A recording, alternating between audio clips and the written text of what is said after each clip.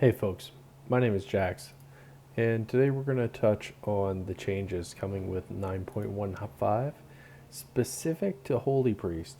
And Holy often plays a little bit of second fiddle to Disc, and because it's a hybrid class, Shadow Priest gets lots of love. But today we're going to go deep with some of the changes with 9.15.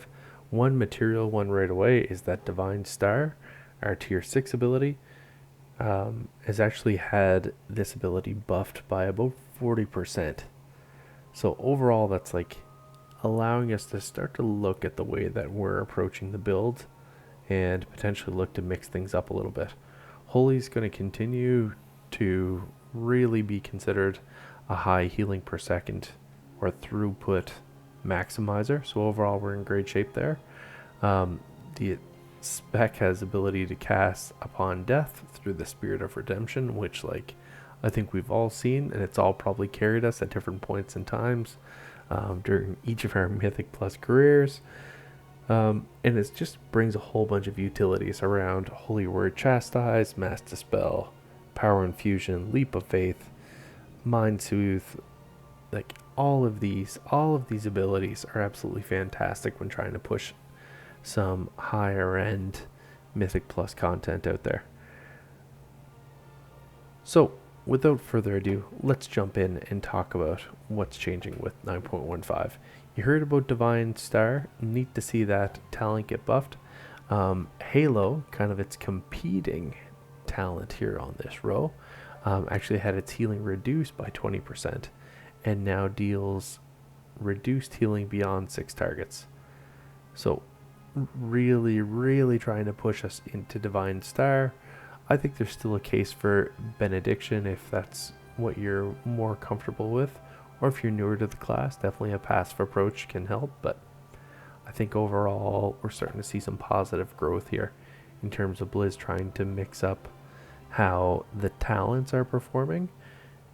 For the vast majority of other classes in 9.15, Blizz is trying to balance the Covenants. So that's encouraging, and hopefully we get a little bit more competitive priest play as we look at where Mythic Plus is headed with the next patch. Now, specifically the Mythic Plus build, you've seen it here on the screen for a few minutes. Tier 1, you're going Renewed Faith. That's for more group healing. If you're looking for more focused healing, go Trail of Light. Enlightenment, don't touch that whatsoever. That's just not efficient for on either front. Great to get mana back faster, but that's not absolutely everything for this class. Tier 2, Angelic Feather, just really helps with overall group mobility. So great way to roll through any kind of Mythic Plus content. Tier 3, Guardian Angel is the go-to.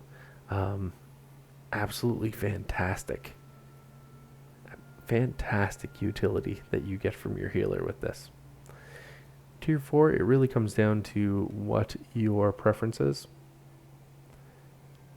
Psychic Voice continues the ability we don't get a whole lot of help with, like our Psychic Scream on a 1 minute cooldown.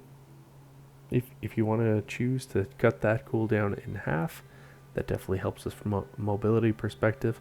I like playing with Shining Force. I think it allows us to really complement basically the kiting meta that's really popular today. Tier 5, I'm going to go with Prayer Circle. That's again to help maximize some of the group healing that's going on out there. Alternatively, you can go with Surge of Light if you want to be a little bit more mana efficient and target single targets instead. So it really kind of comes down to knowing your group or knowing who it is that you're playing with.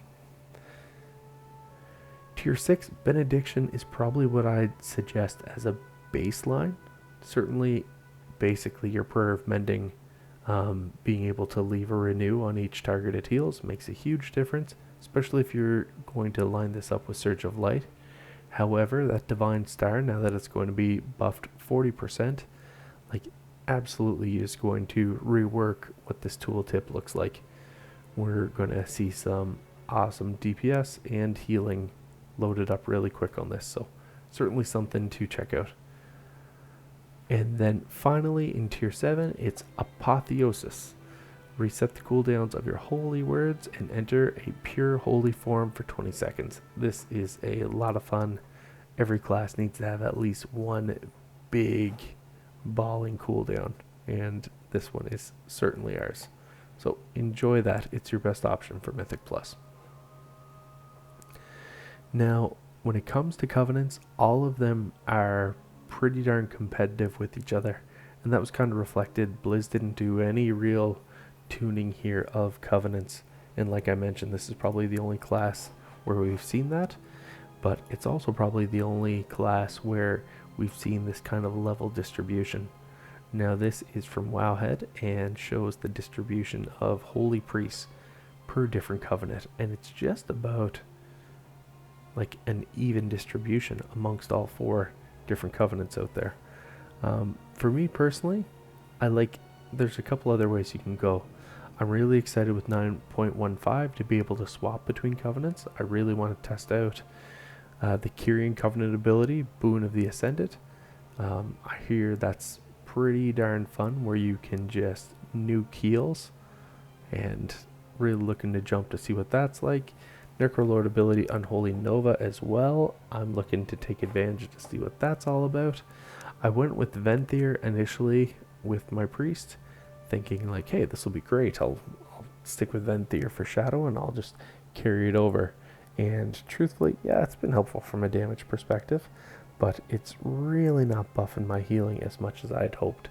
So we'll look to switch that up in 9.15.